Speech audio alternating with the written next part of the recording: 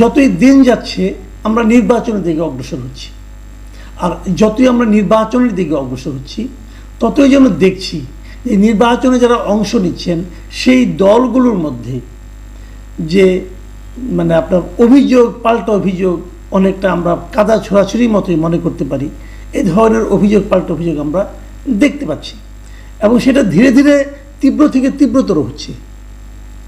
আপনাদের মনে আছে যে কিছুদিন আগে, এই কয়েকদিন আগের কথা বলছি, তথ্য বিষয়ক উপদেষ্টা মাহফুজ আলম একটা অনুষ্ঠানে গিয়েছিলেন এবং সেখানে যে উনি বলেছিলেন যে কিভাবে প্রশাসনের এবং বিভিন্ন প্রতিষ্ঠানের শীর্ষ পদগুলিতে, গুরুত্বপূর্ণ পদগুলিতে বিএনপি এবং জামায়াতে ইসলাম তারা দখল করে নিয়েছিল। এটা কিন্তু উনি বলেছিলেন, একদম স্পষ্ট করে বলেছিলেন যে তারা কেমনে নিয়ে গেছে। গুরুত্বপূর্ণ পদ কি? বিভিন্ন সচিবালয়, বিভিন্ন গুরুত্বপূর্ণ পদ, ডিসির যে পোস্টগুলো সেগুলো, অথবা ইউনিভার্সিটির বিভিন্ন পোস্টগুলো, অথবা নানা ধরনের মানে সরকারি প্রতিষ্ঠানের যে পোস্টগুলো সেগুলোতে নিজেদের লোককে বসানোর একটা প্রতিযোগিতা ছিল এবং সেই প্রতিযোগিতায় কে জিতেছে বলা বড় কঠিন। এই কারণে আমি দুদিক থেকে অভিযোগ শুনেছি। অনেকে বলেছেন যে বিএনপিরা বেশি দখল করার চেষ্টা করেছে ওই চাঁদাবাজির যেখানে টাকা নগদ যেখান থেকে ইনকাম হয় সেরকম জায়গাগুলো, আর জামাত স্ট্র্যাটেজিক্যালি অগ্রসর হয়েছিল, এরকম কথা শুনেছি আমরা বিভিন্ন সময়।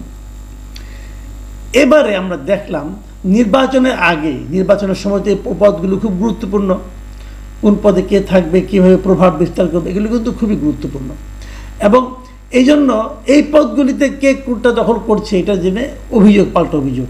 আমরা সর্বশেষ যেটা শুনলাম আজকে জামায়াতের পক্ষ থেকে একটা কঠিন অভিযোগ উঠেছে, কিন্তু খুব কঠিন অভিযোগ।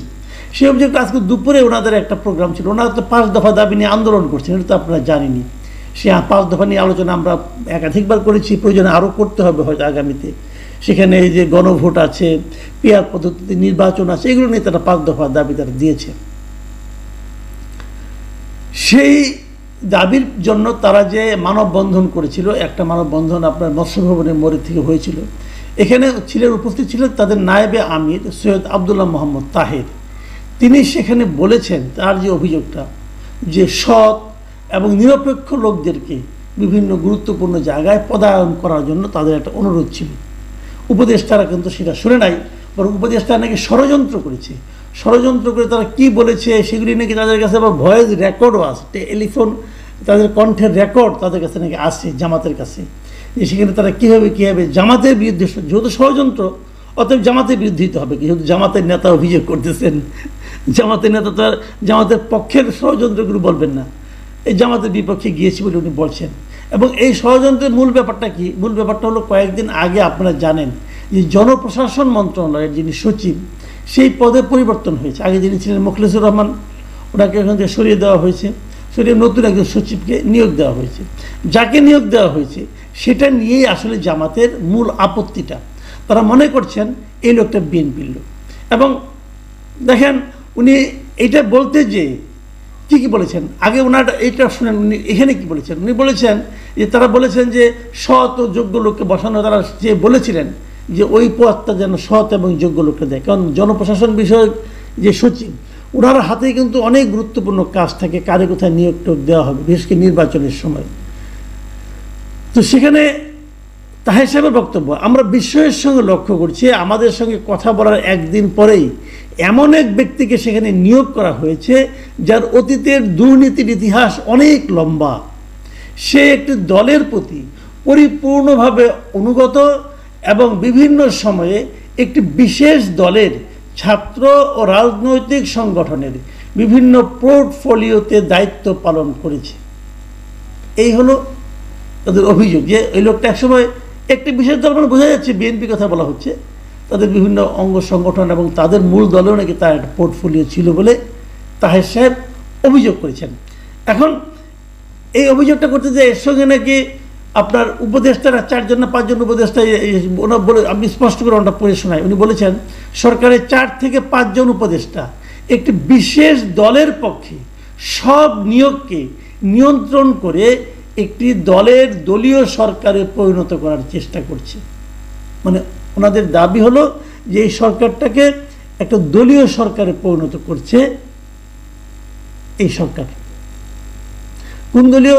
ওনার দল তো না, তাহলে বিএনপি দলীয়, তাই তো হবে।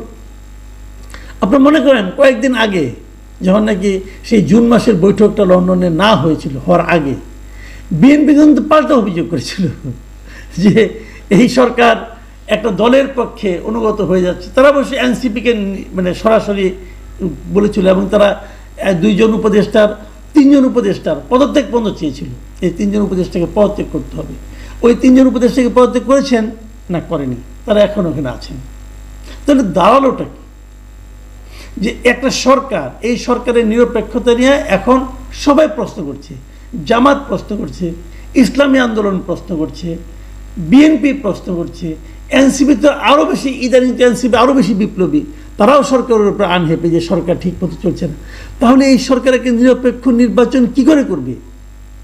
কারণ এই সরকারটার উপর তো যে রাজনৈতিক দলগুলো অংশ নেবে তাদেরই আস্থা নাই, তারা সবাই তো অভিযোগ করছে। আর যেটা বেসিক কথা তো এখনো বলেই নাই, বেসিক কথা হলো, আচ্ছা আপনারা বলুন, জাতীয় পার্টি কি নির্বাচন করতে পারবে? জাতীয় পার্টিকে এই যে ঐক্যমত্য কমিশন, জাতীয় সংস্কার কমিশন, অমুক তমুক কত কিছু করতেছে, জাতীয় পার্টি, ওয়ার্কার্স পার্টি, জাসদ, এদেরকে কি ডাকা হয়? এদেরকে বাদ দিয়ে আপনি জাতীয় ঐক্যমত্য কীভাবে করবেন? হ্যাঁ, আমি মানলাম যে আওয়ামী লীগের কথা বললে আপনাদের আবার অনেকে জ্বর এসে যায়, যে আওয়ামী লীগের কথা বলা যাবে না, কারণ আওয়ামী লীগকে তারপরে তার কর্মকাণ্ড নিষিদ্ধ করেছেন। ঠিক আছে, আওয়ামী লীগের রাজনৈতিক কর্মকাণ্ড নিষিদ্ধ করেছেন, তারপরেও তো আওয়ামী লীগকে মতামত নেওয়ার জন্য ডাকতে পারতেন। এটা তো রাজনীতি না, তারা তো এই দেশের নাগরিক। আপনি জাতীয় ঐক্যমত্য করবেন, সেই জাতীয় ঐক্যমত্য, ওরা কি জাতির অংশ না? আওয়ামী লীগের কি কিছু ভোটার নাই?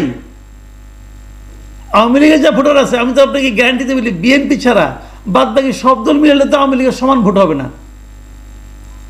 আওয়ামী লীগের ভোটারদের যে কি কোনো গুরুত্ব নেই এই নির্বাচনে। দেখেন, একটা নির্বাচন যখন হয়, সেই নির্বাচনে পার্টি কয়টা বলুন তো? পক্ষ কয়টা?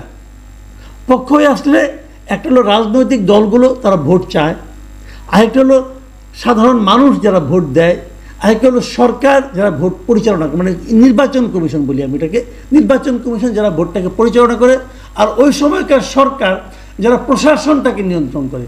মূলত এই চারটেই কিন্তু এই পক্ষ, এবং এই 4 পক্ষের মধ্যে সবচেয়ে গুরুত্বপূর্ণ পক্ষ কোনটা?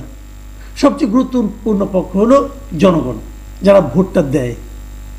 তাহলে যে লোকগুলো নৌকামাকে ভোট দিত এতদিন এবং এখনো দিতে চায়, তো তাদের জন্য আপনারা কি রাখছেন? কিছুই রাখেন নাই। কিন্তু তো আপনি আমাকে বলে, অনেকে বলে যে ইদানিং অনেকে বলতে শুনি যে না, যারা আওয়ামী লীগের ভোটার আছে তারা ভোট দিতে পারবে।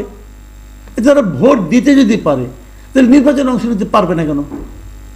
যে লোক ভোট দিতে পারে সে কি ভোট চাইতে পারবে না? তাকে আপনি ভোট চাইতে দেবেন না? তা তো আপনি দিচ্ছেন না। আচ্ছা, আরেকটা কথা বলি, ধরা যাক আপনার একটা আইনের মধ্যে আছেন, আইনের বাইরে আমি কিছু বলতে পারবো না, বলবো না, আইনের মধ্যে আছেন যে আওয়ামী লীগের রাজনৈতিক কর্মকাণ্ড আপনারা স্থগিত করছেন। এর আফটার এফেক্ট কী হবে সেটা অন্য হিসাব, ওই আলোচনা আমি যাচ্ছি না আপাতত।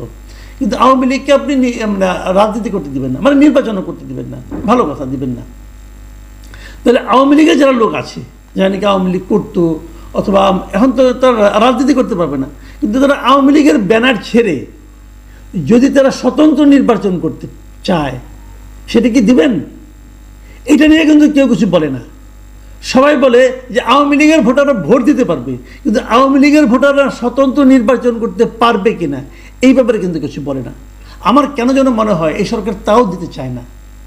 কারণ যদি আওয়ামী লীগের কেউ যদি নির্বাচন করতে চায় স্বতন্ত্রভাবে, আমার মনে হয় তাকেও মবের শিকার হতে হবে, আমার যে ধারণা। কারণ তারা তো বাড়ি ঘরেই থাকতে পারে না, বিভিন্ন জায়গা থেকে তো খবর পাই।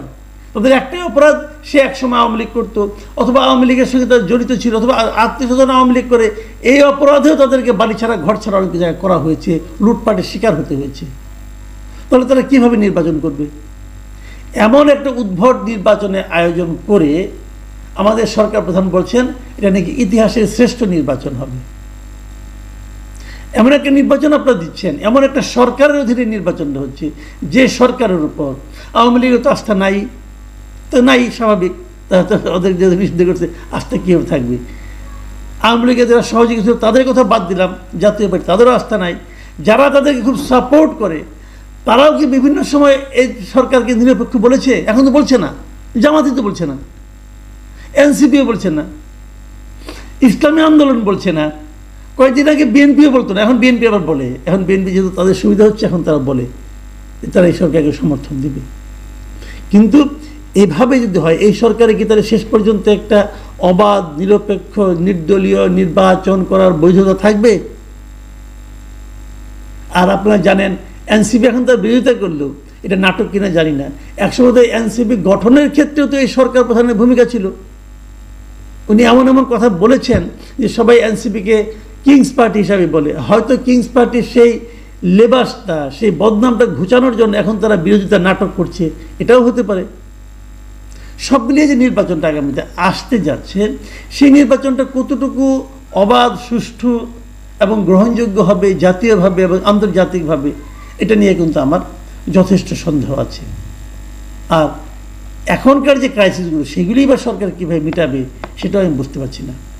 প্রিয় দর্শক, এ নিয়ে আরও অনেক কথা হবে, আরও ধারাবাহিকভাবে আলোচনা চলবে। আপাতত একটা ইস্যু নিয়ে শুরু করলাম, এরপর আলাপ করব। ভালো থাকবেন আপনারা। আল্লাহ হাফিজ।